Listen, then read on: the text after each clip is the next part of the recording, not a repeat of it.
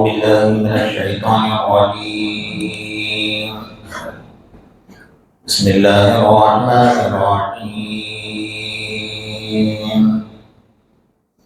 ولمن خاف مقام ربه جنتان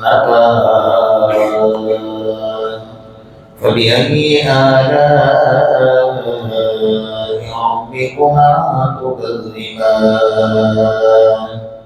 ذواتا أفنان فبأي آلاء ربكما تكذبان فيهما عينان تجريان فبأي آلاء ربكما تكذبان فيهما من كل فاكهة زوجان فبأي آلاء ربكما تكذبان صدق الله مولانا العظيم.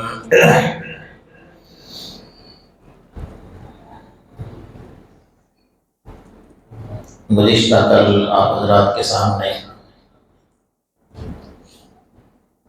سورہ رحمان کی 45 نمبر کے آیت پر گفتگو چل رہی تھی.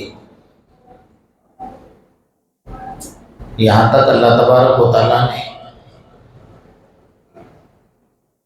ان لوگوں کا تذکرہ کیا جو گناہ گار ہیں. اللہ کا خوف ان کے دل میں نہیں ہے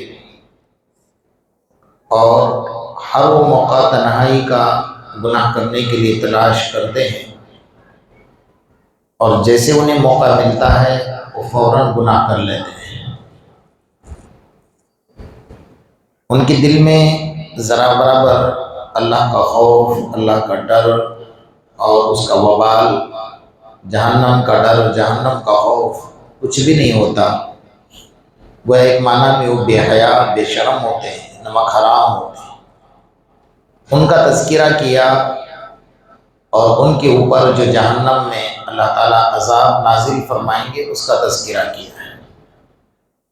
یہاں سے آگے وَلِمَنْ خَافَ مَقَامَ رَبِّهِ جَنَّتَانِ، یہاں سے آگے اللہ تبارک و تعالیٰ ان لوگوں کا تذکرہ کر رہے ہیں جو نیک بندے ہیں، تنہائی کا موقع تلاش کرتے ہیں کہ میں اللہ کے سامنے سجدہ کروں، ایسا سجدہ کروں کہ مجھے اللہ کے سوا کوئی نہ دیکھے. ایسے وقت میں اللہ کو منواؤں، اللہ کے سامنے گڑ گڑاؤں، عاجزی کروں کہ مجھے اللہ کے سوا کوئی نہ دیکھے. وہ بندے جو موقع تلاش کرتے ہیں اللہ کو منوانے کا، اللہ کو راضی کرنے کا، اللہ کی عبادت کرنے کا، ان کا درجہ، ان کا مقام کیا ہے؟ وہ تنہائی میں گناہوں سے بچتے ہیں ہر طریقے سے. تو اللہ تعالیٰ نے ان کا تذکرہ یہاں سے آگے کیا ہے. وَلِمَنْ خَافَ مَقَامَ رَبِّهِ جَنَّتَانِ، اور جو اللہ کے سامنے کھڑے رہنے سے ہر وقت ڈرا اس کے لیے اللہ نے 2 جنتیں بنائی ہیں. فَبِأَيِّ آلَاءِ رَبِّكُمَا تُكَذِّبَانِ، اللہ تعالیٰ نے جنت میں 2 قسم کے لوگوں کے لیے 2 جنتیں بنائی. ایک ان لوگوں کے لیے جو عام مومنین ہیں کہ بھئی ایک ہے 5 وقت نماز پڑھ رہے ہیں، گناہوں سے بچ رہے ہیں اور اپنے کاروبار میں لگے ہوئے ہیں، اللہ کی نافرمانی بھی نہیں کرتے. ان کے لیے ایک جنت بنائی. اور یہ وہ بندے ہیں جو ہر وقت چاہے بازار میں بیٹھے، دکان میں بیٹھے، گھر میں بیٹھے، سفر میں ہو، حضر میں ہو، انہیں ہر وقت اللہ کی یاد غالب رہتی ہے. ہر وقت انتظار میں رہتے ہیں کہ کب کب اذان ہوگی اور میں مسجد کی طرف دوڑ کر جاؤں گا، کب کب نماز پڑھوں گا. وہ مسجد میں بیٹھتے ہیں تو ان کا دل باہر جانے کے لیے ہوتا نہیں ہے، بلکہ سوچتے ہیں کہ بیٹھا رہو مسجد. قرآن کی تلاوت کرتے ہیں تو ان کا دل ہر وقت ایسا لگتا ہے کہ میں قرآن پڑھا کرو، اس کو نہیں چھوڑو. تو یہ وہ بندے ہیں جو تنہائی میں اللہ کو یاد کرتے ہیں اور تنہائی میں بھی گناہوں سے بچتے ہیں اور ہر وقت اللہ کا استحضار کا غلبہ ان کے اوپر ہوتا ہے. جیسا حضرت تھانوی رحمۃ اللہ علیہ کی خانقاہ چل رہی تھی تو 2 بوڑھے اچانک اٹھ گئے. ایک بوڑھا ادھر سے اٹھا، ایک بوڑھا ادھر سے اٹھا. اب مسئلہ کیا تھا کہ دونوں خانقاہ میں اتنا سارا مجمع ہے، رمضان کا مہینہ ہے اور اتنا سارا مجمع ہے، وہ بوڑھا اس کو مار رہا ہے، یہ بوڑھا اس کو مار رہا ہے۔ بھئی بات کیا ہے وہ تو بتاؤ دونوں کی۔ بات اتنی تھی کہ دونوں بوڑھے تھوڑے دور دور بیٹھے تھے، اب وہ بیچارہ اپنی گردن نیچے کر کے کرتا کہ اللہ تو میرا ہے۔ اس نے سن لیا، تو نے یہ کیوں کہا کہ اللہ میرا؟ اللہ تو میرا ہے۔ جھگڑا اس کا تھا اور کوئی جھگڑا نہیں تھا۔ وہ یہ سننا ہی نہیں چاہتے تھے کہ اللہ کسی اور کا، بس اللہ میرا ہے، اللہ میرا ہے۔ یعنی یہ غلبہ حال کی بات ہوتی ہے انسان پر۔ جب اللہ کی محبت کا غلبہ ہوتا ہے نا تو پھر وہ یہ سوچتا ہے کہ اللہ میرا ہے، بس اللہ میرے سوا کسی کا ہے ہی نہیں۔ اس کا ایک غلبہ ہوتا ہے جو بالکل آخری درجے پر انسان کو جا کر ملتا ہے۔ تو یہ وہ بندے ہوتے ہیں جو ہر وقت اللہ کا استحضار رکھتے ہیں۔ وہ موٹی زبان میں یوں سمجھو کہ اللہ نے جو عام مومن ہے کہ بھئی جو وقت نماز پڑھ رہا ہے، اللہ کی فرما برداری کر رہا ہے، حرام سے بچ رہا ہے، تو اللہ تعالیٰ نے ان کے لیے ایک جنت بنائی ہے، وہ جنت ہے چاندی کی۔ اور دوسرے درجے کے جو لوگ ہیں جو ہر وقت اللہ کا استحضار رکھتے ہیں، ان کی تہجد کبھی قضا نہیں ہوتی ہے، وہ بازار میں ہو، دکان میں ہو، کاروبار میں ہو، گھر میں ہو، سفر میں ہو، حضر میں ہو، ہر وقت اللہ کو یاد کرتے ہیں۔ ان کے لیے اللہ نے جو جنت بنائی وہ سونے کی جنت بنائی ہوئی ہے۔ تو سونا تو سب کو پیارا ہے نا، تو سونے کی جنت میں کون نہیں جانا چاہتا ہے؟ تو یہ جنت کا فرق ہے، لیکن ان لوگوں کے لیے اللہ نے بنائی وَلِمَنْ خَافَ مَقَامَ رَبِّهِ جَنَّتَانِ، جو اللہ کے سامنے کھڑے ہونے سے ہر وقت ڈرتے رہے، ہر وقت ڈرتے رہے۔ اس کے دل میں یہ خوف ہے کہ کل قیامت کے میدان میں مجھے اللہ کے دربار میں جانا ہے، اللہ کے سامنے کھڑے ہونا ہے، میرا حشر اس وقت میں کیا ہوگا؟ اللہ غضب میں ہوں گے، اللہ جلال میں ہوں گے، اللہ غصے میں ہوں گے، اس وقت میں میرا حشر کیا ہوگا؟ ہر وقت اللہ کا خوف انہیں کھائے جاتا ہے، اور وہ گناہوں سے ہر جگہ بچنے کی کوشش کرتا ہے، چاہے گناہوں کے موقع سج دھج کر اس کے سامنے آ جائے، سنور کر آ جائے، بن سنور کر آ جائے، لیکن پھر بھی وہ اپنے آپ کی حفاظت اس طرح کرتا ہے کہ مجھے اللہ کے سامنے کل قیامت کے میدان میں کھڑے ہونا ہے۔ ایک تابعی تھے، کسی میدان میں گرفتار ہو گئے، یہودی کے ہاتھ، عیسائی کے ہاتھ، بڑے ہوشیار تھے، بڑے عقل مند تھے اور بڑے تیز دماغ تھے۔ تو عیسائی نے انہیں یہ کہا کہ بھائی انہیں قتل مت کرو۔ ان کا جو وزیر تھا نا، اس نے کہا انہیں قتل مت کرو، انہیں ہمارے پاس رکھو، ان سے ہم مشورہ لیں گے اور کام کریں گے، یہ ہمارے کام کا آدمی ہے، تو انہیں بند کر کے رکھو۔ تو بادشاہ خود ان سے ملا اور مل کر کہنے لگا کہ ایک کام کرو، آپ عیسائی بن جائیں۔ اگر آپ عیسائی بنو گے تو میں جس محل میں آپ بیٹھے ہیں نا، اسی محل میں آپ کو رکھوں گا، اور اگر آپ چاہیں گے تو آدھی سلطنت میں آپ کو دوں گا۔ وہ تابعی تھے، وہ مسکرانے لگے، کہا جوتی کی دھول کی لالچ مجھے دیتا ہے؟ تو بادشاہ کے سامنے کہنا بہت آسان بات تو نہیں ہے نا۔ انہوں نے کہا کہ جوتی کے دھول کی لالچ مجھے دیتا ہے؟ تو میں نے کلمہ پڑھا ہے محمد الرسول اللہ صلی اللہ علیہ وسلم کا، میں آقا کا غلام ہوں، تیرے لالچ میں نہیں آؤں گا، چاہے مجھے قتل کر دے، میرے بدن کے ٹکڑے کر دے، اور میں کبھی ایمان سے پھرنے والا نہیں۔ تو اس نے دیکھا کہ انسان سب سے زیادہ جو بہکتا ہے، جس کی الٹیاں تسبیح گھومنا شروع ہو جاتی، جس کی تسبیحاں الٹی گھومنا شروع ہو جاتی ہیں، جن کی پگڑیاں اچھل جاتی ہیں، وہ ہے عورتیں۔ اس نے اپنے خوبصورت لڑکی کو ان کے سامنے پیش کیا، اگر تم عیسائی بن جاؤ گے نا تو میری خوبصورت لڑکی ہے، اور اتنی خوبصورت ہے کہ پورے میرے ملک کے اندر اتنی خوبصورت لڑکی نہیں، میں اس کے ساتھ آپ کا نکاح کرا دوں گا۔ میں نے کہا مجھے لالچ دے رہا ہے تو کیا جنت کے حور سے بہتر تیری لڑکی ہے؟ تو وہ تو دیکھا بیچارہ مایوس ہو کر بیٹھ گیا۔ تو اس کی لڑکی نے دیکھا کہ ابا جان کیا ہوا؟ کہا ایک مسئلہ ہے، مجھ سے حل نہیں ہو رہا۔ کہا کون سا مسئلہ ہے؟ کہا بس وہ سنا ہے واقعہ کہ ایسا ایسا ایک مسلمان گرفتار ہوا ہے، تابعی ہے اور بڑا ہوشیار ہے، تیز ہے، طرار ہے، اور ہمارے کام آئے گا، اس میں کا ہے، اس لیے میں چاہتا ہوں کہ عیسائی بن جاؤ تو ہمیں کام آ جائے گا۔ کئی کام مجھے سونپ دو، میں کر لوں گی، ایک رات کا موقع دو صرف۔ ٹھیک ہے، سونپ دیا۔ کیونکہ یہودیوں کی اور عیسائیوں کی جو پالیسی ہے نا شروع سے، وہ یہی ہے کہ مسلمانوں کو کسی بھی طرح بہکا کر، بھٹکا کر، گمراہ کر کے، ان کو ضلالت اور اندھیرے کے راستے میں ڈال کر مسلمانوں کے ایمان کو دبوچ لو۔ ان کو یہ پتا ہے کہ جب تک مسلمان کے پاس ایمان کی طاقت ہے اس وقت تک ہم کچھ بھی نہیں کر پائیں گے. ان کو پتا یقین ہے یہ جو دیا ہے نا انٹرنیٹ، فیس بک، واٹس ایپ، انسٹاگرام، یہ سب ان کی دین ہے. جو مسلمانوں کے بچے آج پھنس گئے ہیں جال کے اندر، آج باہر نکلنا بہت مشکل ترین مرحلہ ہو گیا ہے. یہ ان کی دین ہے بچوں کو بگاڑنے کی، ان کی ذہانت کو بگاڑ، ننگائی، فحاشی، اولیا جیسے. تو اس لڑکی کو کہا کہ ٹھیک ہے آپ کرو یہ کام. کون باپ ہوگا ایسا جو اپنے لڑکی کو کسی کے حوالے کرے گا؟ سوچ سکتے ہیں نا، اتنی بے حیا قوم کہ اس نے اپنے بچے کو آگے بڑھنا. اب لڑکی سج دھج کر کھانا لے کر جاتی ہے اور سامنے جا کر بیٹھتی ہے. وہ تابعی تھے، اپنی گردن کو جھکایا، اس کی آواز سنی ایک مرتبہ، کہا کوئی عورت آئی ہے، عورت کی آواز ہے، اپنی گردن کو جھکا، حالانکہ اکیلے کمرے میں بیٹھے کوئی نہیں. اس نے کھانا رکھا، کہا یہ کھانا ہے آپ کا؟ میں کھانا لے کر آئی، ذرا کھانا کھا لو. کوئی جواب نہیں. وہ کھانا رکھ کر چلی گئی. تھوڑی دیر کے بعد پانی لے کر آئی، تھوڑی دیر کے بعد چائے لے کر آئی. وہ کھانا جہاں رکھا تھا وہیں تھا، پانی جہاں تھا وہیں تھا، چائے جہاں تھی وہیں تھی. دوسرے دن صبح اٹھ کر دیکھے دروازہ کھول کے تو کھانا بھی وہیں، پانی بھی وہیں، چائے بھی وہیں. اب کیا کریں؟ لڑکی نے سوچا کہ میرے ہاتھ کا کھانا نہیں. پھر اور سج دھج کر سامنے گئی، کہا ایک بار مجھے نظر اٹھا کر تو دیکھ لو، میں آپ کے سامنے آئی ہوں اور میں کسی کے سامنے نہیں، لوگ مجھے دیکھنے کے لیے ترستے ہیں اور میں سامنے سے آپ کے پاس آ رہی ہوں اور آپ تو نظر اٹھا کر بھی نہیں دیکھ رہے. تو نے کہا میں نے اللہ کا قرآن پڑھا ہے، اللہ کے قرآن نے کہا ہے قُلْ لِلْمُؤْمِنِينَ يَغُضُّوا مِنْ أَبْصَارِهِمْ وَيَحْفَظُوا فُرُوجَهُمْ ذَلِكَ أَزْكَىٰ لَهُمْ إِنَّ اللَّهَ خَبِيرٌ بِمَا يَصْنَعُونَ. اللہ نے کہا اے مومنو اپنی نظریں نیچی کرو. تو میں اپنی نیچے کر کے بیٹھا ہوں، میں قرآن کی آیت پر عمل کروں گا. اللہ نے یہ نہیں کہا کسی عورت کو مت دیکھو، اللہ نے کیا کہا ہے؟ کیا کہا ہے بھائی؟ اپنی نظریں نیچی کرو. دیکھنے کا کوئی سوال ہی پیدا نہیں ہوتا. تو نظر نیچی کر کے بیٹھے. لڑکی نے جا کر کہا ابا میری بھی دال نہیں گل رہی ہے وہاں پہ، آپ کی نہیں گلی میری بھی گل نہیں رہی ہے. کہا ٹھیک ہے.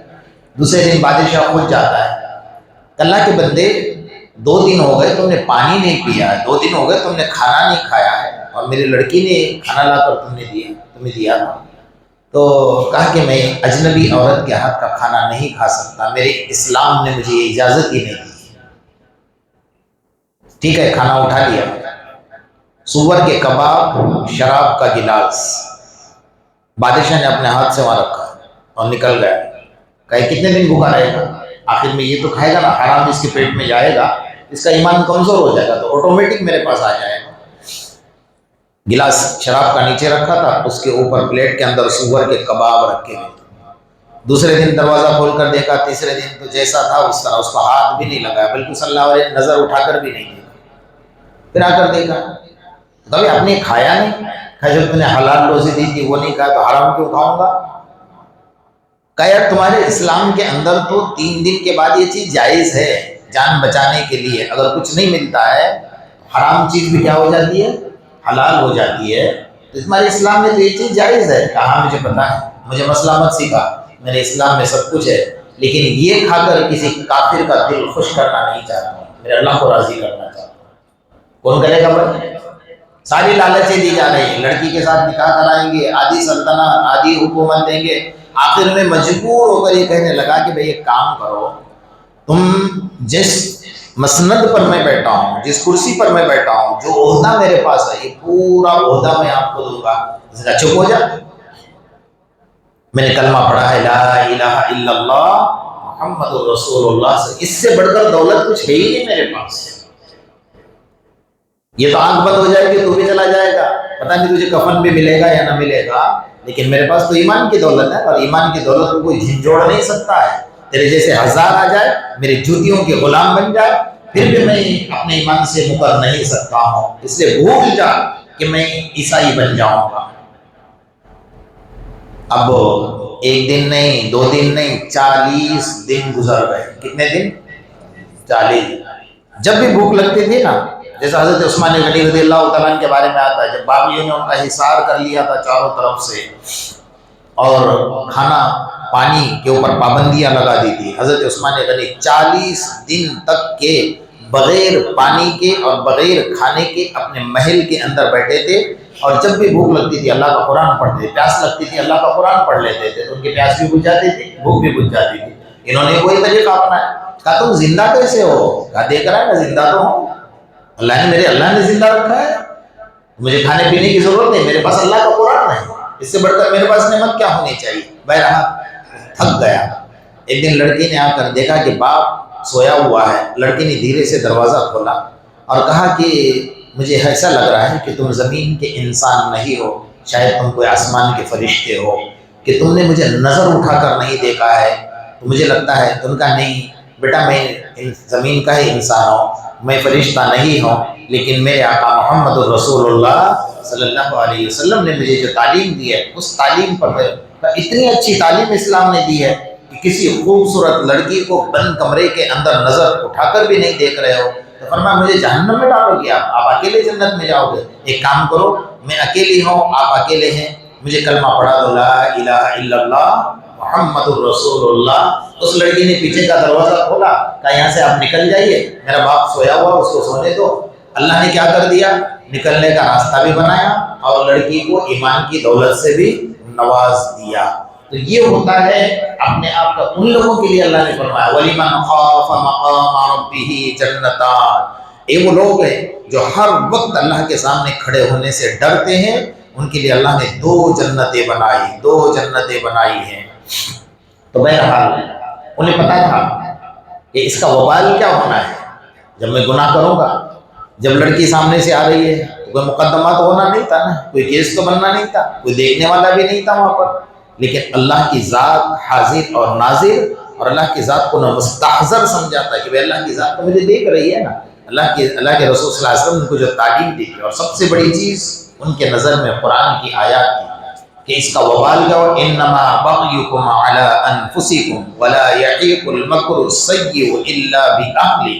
اللہ کا قرآن کہہ رہا ہے اگر تم غلط قدم اٹھاؤ گے نا، اس کا وبال تمہارے گھر پر آئے گا۔ اس لیے حضرت امام شافعی رحمۃ اللہ علیہ فرماتے ہیں کہ زنا ایک قرض ہے اور قرض ادا کرنا پڑے گا۔ کیسے ادا کرنا پڑے گا؟ کہ اگر تم نے کسی کے ساتھ اپنا منہ کالا کیا نا، اس کا قرض تمہارے بیٹی کو ادا کرنا پڑے گا، تمہاری بہن کو ادا کرنا پڑے گا۔ یہ قرض ہے جو ادا نہیں ہوگا اور ادا کر کے جانا پڑے گا۔ تم اگر کسی کی بیٹی کی عزت لوٹ رہے ہو تو کوئی ایسا پیدا ہوگا جو تمہاری بیٹی کی عزت لوٹے گا، تم اگر کسی کی بہن کی عزت لوٹ رہے ہو تو ایسا پیدا ہوگا جو تمہاری بہن کی عزت لوٹے گا۔ قرآن ہے، کوئی حدیث نہیں ہے، کوئی اللہ والے کا قول نہیں۔ وَلَا يَحِقُ الْمَكْرُ السَّيِّئُ إِلَّا بِأَهْلِهِ، باہر کرو تو اس کا وبال تمہارے گھر میں تمہارے اہل و عیال پر آنے والا ہے۔ اس کو ایک واقعے سے آپ سمجھو۔ ایک سونار تھا، سونے کا کاروبار کرتا تھا، ایک دن بازار میں گیا، اولاد نہیں تھی، ایک خوبصورت سا بچہ بیچا جا رہا تھا، اس بچے کو لیا اور اپنے بیوی کو کہا یہ ہمارا غلام نہیں، ہم اس کو اولاد کی طرح رکھیں گے، ہمیں اولاد نہیں ہے نا، میں نے خرید کر لایا، اس کو رکھو، اس کو سنبھالا۔ کئی مدت نکل گئی، بچہ تھوڑا بڑا ہو گیا، نوجوانی تک آ گیا۔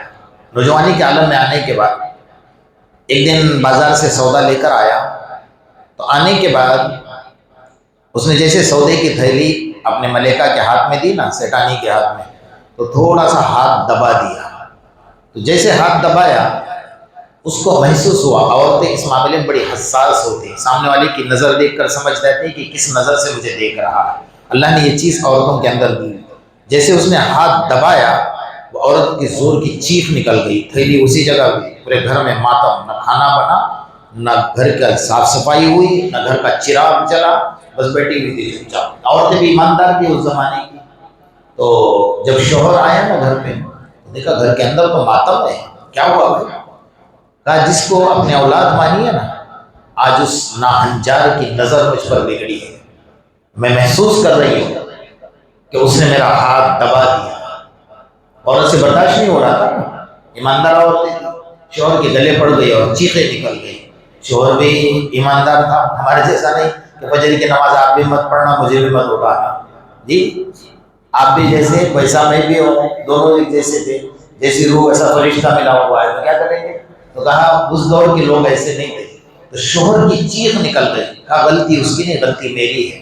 کہا میری تمہاری کیا غلطی ہے؟ کہا میری غلطی یہ ہے یہ بتاؤ کہ یہ واقعہ کتنے بجے پیش آیا؟ اس نے وقت بتایا کہ اس درمیان میں اتنے بج کر اتنے منٹ اس درمیان میں واقع۔ شوہر کی پھر چیخ نکل گئی، کہا نہیں، اللہ کا قرآن سچا ہے۔ عین اس سے کچھ دیر پہلے کوئی عورت میرے پاس سونا خریدنے کے لیے آئی تھی، اور اس کو میں نے سونے کی چوڑیاں اس نے خریدی میرے پاس سے، اور سونے کی چوڑیاں خریدنے کے بعد عورت نے مجھے یہ کہا کہ آپ اپنے ہاتھ سے مجھے چوڑیاں پہناؤ۔ تو میں نے میرے ہاتھوں سے اس کو چوڑیاں پہنائی۔ اس کا ہاتھ مجھے ذرا خوبصورت نظر آیا تو میں نے ہاتھ کو کیا کر دیا، تھوڑا دبا دیا۔ اس عورت کے دبانے کا اثر میرے گھر میں آیا کہ جس کو میں نے اپنی اولاد سمجھا تھا اس نے میرے عورت کا ہاتھ دبایا۔ یہ قرآن میں وَلَا يَحِيقُ الْمَكْرُ السَّيِّئُ إِلَّا بِأَهْلِهِ۔ اگر آپ کسی کی عزت لوٹ کر آ رہے ہو نا تو کوئی ہوگا پیدا ایسا۔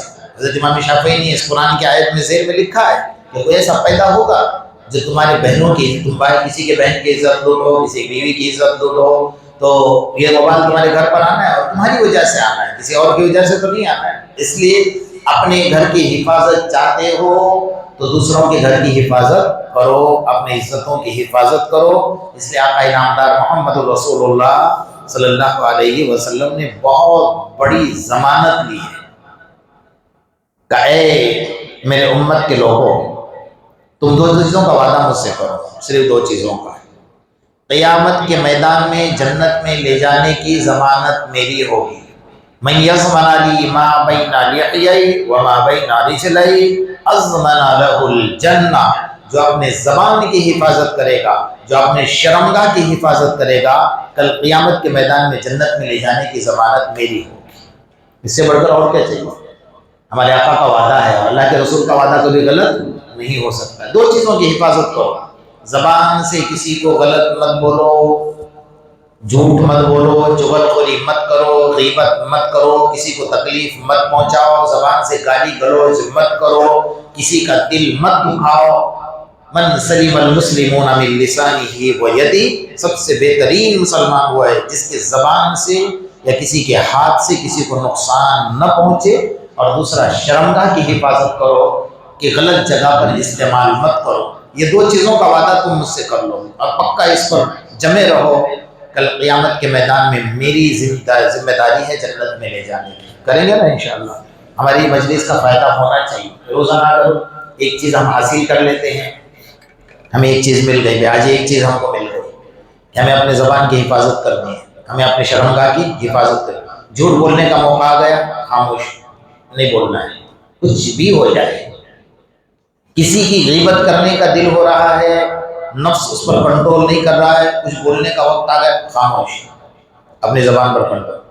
گالی سامنے والا دے رہا ہے، آپ کو الجھا رہا ہے کہ آپ کسی بھی طرح گالی بولو، خاموش، میرا اللہ مجھے دیکھ رہا ہے، یہی زبان سے مجھے کلمہ پڑھنا ہے، یہی زبان سے مجھے اللہ کی تعریف کرنی ہے، یہی زبان سے مجھے آقا انعامدار محمد رسول اللہ صلی اللہ علیہ وسلم پر درود پڑھنا ہے۔ وَلِمَنْ خَافَ مَقَامَ رَبِّهِ جَنَّتَانِ۔ اس وقت یہ ذہن میں آنا چاہیے، اللہ کے سامنے مجھے کھڑے ہونا ہے، اللہ کے سامنے مجھے کھڑے ہونا۔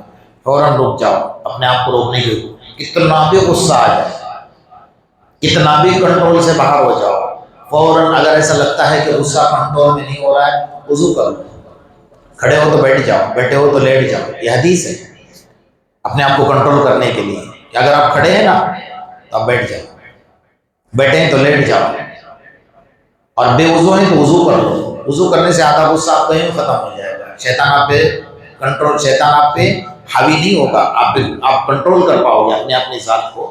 تو انسان ساری حرکتیں کر لیتا ہے لیکن اپنے آپ کو اگر بچانا چاہے وہ بچا سکتا ہے۔ تو بہرحال وَلِمَنْ خَافَ مَقَامَ رَبِّهِ جَنَّتَانِ، اللہ تعالیٰ نے فرمایا جو بندے ہر وقت میرے سامنے کھڑے رہنے سے ڈرتے ہیں ان کے لیے میں نے دو جنتیں بنائی ہیں۔ فَبِأَيِّ آلَاءِ رَبِّكُمَا تُكَذِّبَانِ فِيهِ ذَوَاتَا أَفْنَانٍ۔ اللہ تعالیٰ نے فرمایا کہ جنت کے اندر ایسے محل دیے جائیں گے جس میں بکثرت پھل ہوں گے، ایسے محل کہ جس میں درخت ہوں گے، درختوں پر پھل ہوں گے، اور بہت زیادہ پھل ہوں گے، جس کے پتے کم نظر آئیں گے، پھل زیادہ نظر آئیں گے، اور ایسے ایسے پھل ہوں گے نا۔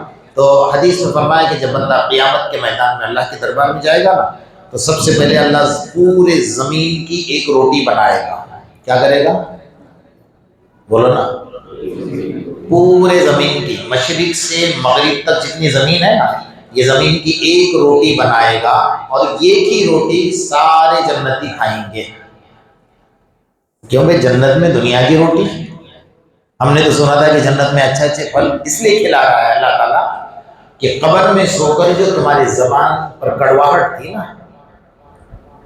اب تم دنیا کی لذت دیکھو، اب تم دنیا کی ساری لذتیں بھول گئے. موت کے وقت میں جب انسان کو جو تکلیف ہوتی ہے نا، اس وقت تو ساری لذتیں بھول چکا ہوتا ہے. تو دنیا کی تم نے جتنے لذتیں حاصل کی تھی کھانے پینے کی، وہ ساری لذتیں کیا ہو گئی؟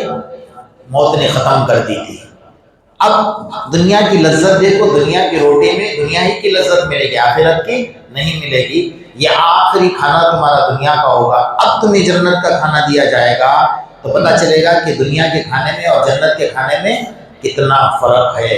اس لیے سب سے پہلے اس کو ایک زمین کی روٹی بنا کر اس کے سامنے پیش کی جائے گی، ذواتا افنان. اس کو ایسے باغیچے دیے جائیں گے جس میں بکثرت پھل ہوں گے. جو بھی پھل ہوگا اس کے دل میں خواہش ہوگی کہ مجھے یہ پھل کھانا ہے، فوراً پھل سامنے حاضر ہو جائے گا. اور ایسا نہیں کہ درخت آئے گا، آپ کو حضرت کو توڑنا پڑے گا، چھری تلاش کرنی پڑے گی، ایسا بھی نہیں ہے. آپ کے قریب آئے گا اور بالکل تیار ملے گا. کھانا آپ کو گرم گرم چاہیے، گرم گرم ملے گا. ہر چیز آپ کو تیار ملے گی. لیکن دنیا میں بھی ایسی تیاری کرنی ہے نا. اب رمضان کے بعد دیکھتے کیسی تیاری چل رہی ہے ہماری، نمازوں کی، قرآن کی تلاوت کی، پرہیزگاری کی، جھوٹ بولنے سے رکنے کی، وہ ساری تیاری. دنیا چھوٹی سی ہے، آج نہیں کل ہمیں دنیا سے جانا ہے. ابھی اللہ نے جو ماحول بنایا ہے، اللہ نے جو وقت دیا ہے ہمیں، بہت اچھا ماحول کہ رمضان ماحول بنانے کے لیے آتا ہے، مزاج بنانے کے لیے آتا ہے، تقویٰ اور طہارت حاصل کرانے کے لیے آتا ہے. رمضان جیسا حلال چیز بھی آدمی اپنے اوپر حرام سمجھتا ہے کہ روزے کی حالت میں حلال چیز بھی کھاتا نہیں ہے، تو حرام چیز کو ہمیشہ کے لیے وہ حرام سمجھے اور نہ کھائے. اللہ کا ڈر، اللہ کا خوف اپنے دل میں پیدا کرے تو رمضان کی عبادت بھی اس کو کام آئے گی. اللہ پاک ہم سب کو عمل کی توفیق عطا فرمائے.